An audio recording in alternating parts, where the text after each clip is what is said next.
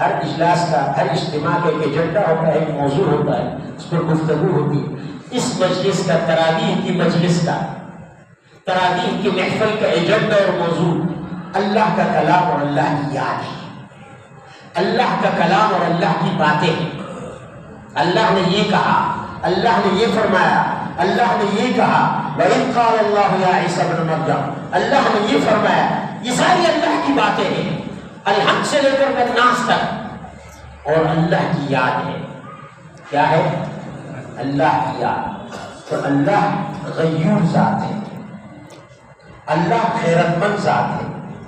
نبی علیہ السلام نے فرمایا، دیکھو اتعجبون من غیرت سعد، تم سعد کی غیرت سے تعجب کرتے ہو۔ حضرت سعد ایک بڑے غیرت مند صحابی گزرے ہیں، لوگ تعجب کرتے تھے، واہ حضرت سعد جیسا غیور انسان بھلا کوئی ہوگا، اتنا زبردست غیرت مند انسان ہو سکتا ہے؟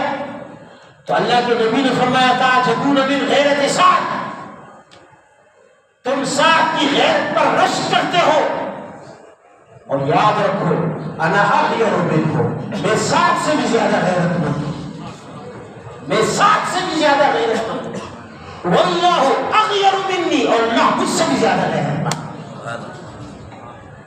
تو اللہ غیرت مند ذات بدلہ نہیں چھوڑتا، بدلہ اللہ کے ہاں بدلے کا اصول ہے، اللہ بدلہ نہیں چھوڑتا۔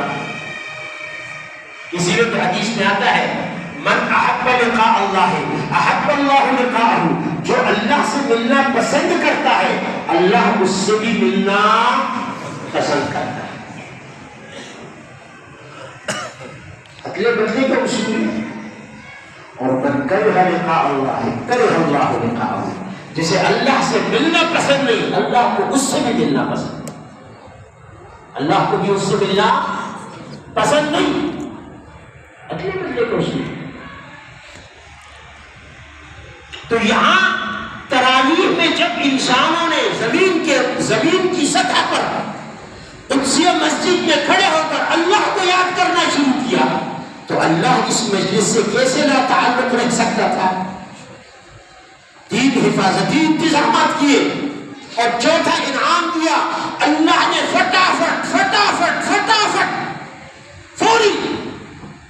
فوراً سے بھی پہلے عرش پر ایک مجلس منعقد کر دی، آسمانوں پر مجلس منعقد کر دی، اور اس مجلس میں بلایا تو کن کو بلایا؟ فرشتوں جیسی معصوم مخلوق کو۔ کیا کیا؟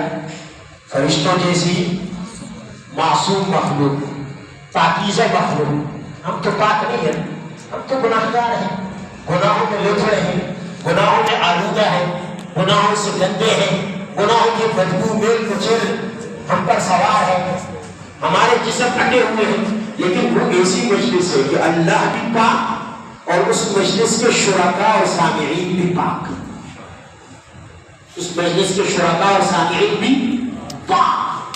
ایسی پاکیزہ محفل کائنات میں نہ کوئی ہو سکتی ہے اور نہ ابد الاباد کے لیے ہو سکے گی جیسی محفل اللہ اس وقت جب یہاں تراویح میں اللہ کا ذکر ہو رہا ہو، اللہ کا کلام پڑھا جا رہا ہو، اللہ کے گھر میں اللہ کے کچھ بندے مل کر یہ انتظام اور اجتماع کر رہے ہو، اس وقت اللہ عرش پر جو اجتماع منعقد کر رہا ہے، اور اس اجتماع کی پاکیزگی اور طہارت اس کی کوئی نظیر اور مثال پیش نہیں کی جا سکتی۔ تو اس اجتماع کا ایجنڈا کیا ہوتا ہے؟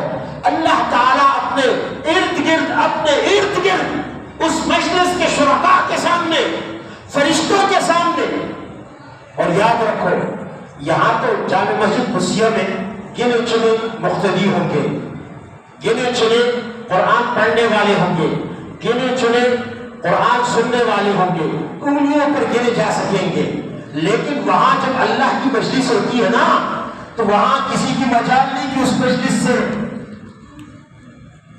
چپکے سے کھسک کے نکل جائے، بلکہ ہر شریک محفل کو اس مجلس میں شریک ہونا پڑتا ہے، اور وہ مجلس گنے چنے لوگوں کی نہیں ہوتی، وہ اربوں خربوں فرشتوں کی ہوتی ہے، اربوں خربوں فرشتوں کی ہوتی ہے. ایک جماعت فرشتوں کی تو یہاں بھیج دی اور ایک جماعت اللہ نے اپنی محفل میں بلا لی.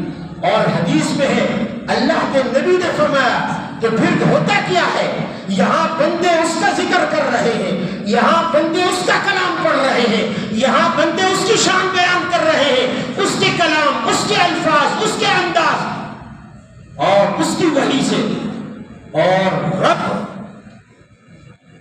خود فرشتوں کے سامنے قدسیہ مسجد کے ان بندوں کا تذکرہ شروع کر دیتا ہے. میں نہیں کہہ رہا, میری کیا وجہ؟ فرمایا وَذَكَرَهُمُ اللَّهُ فِي مَنْ عِنْدَهُ. اللہ ان لوگوں کو جنہوں نے یہ محفل زمین پر سجائی ہے, ان اربوں خربوں فرشتوں کی مجلس میں, پاکیزہ اور مقدس مجلس میں اللہ ان لوگوں کا ذکر شروع کر دیتا ہے. دیکھو دیکھو فرشتوں, تمہیں پتہ ہے قدسیہ مسجد میں میرا فلاں بندہ قرآن پڑھ رہا ہے, فلاں فلاں فلاں فلاں فلاں فلاں بندے, میرے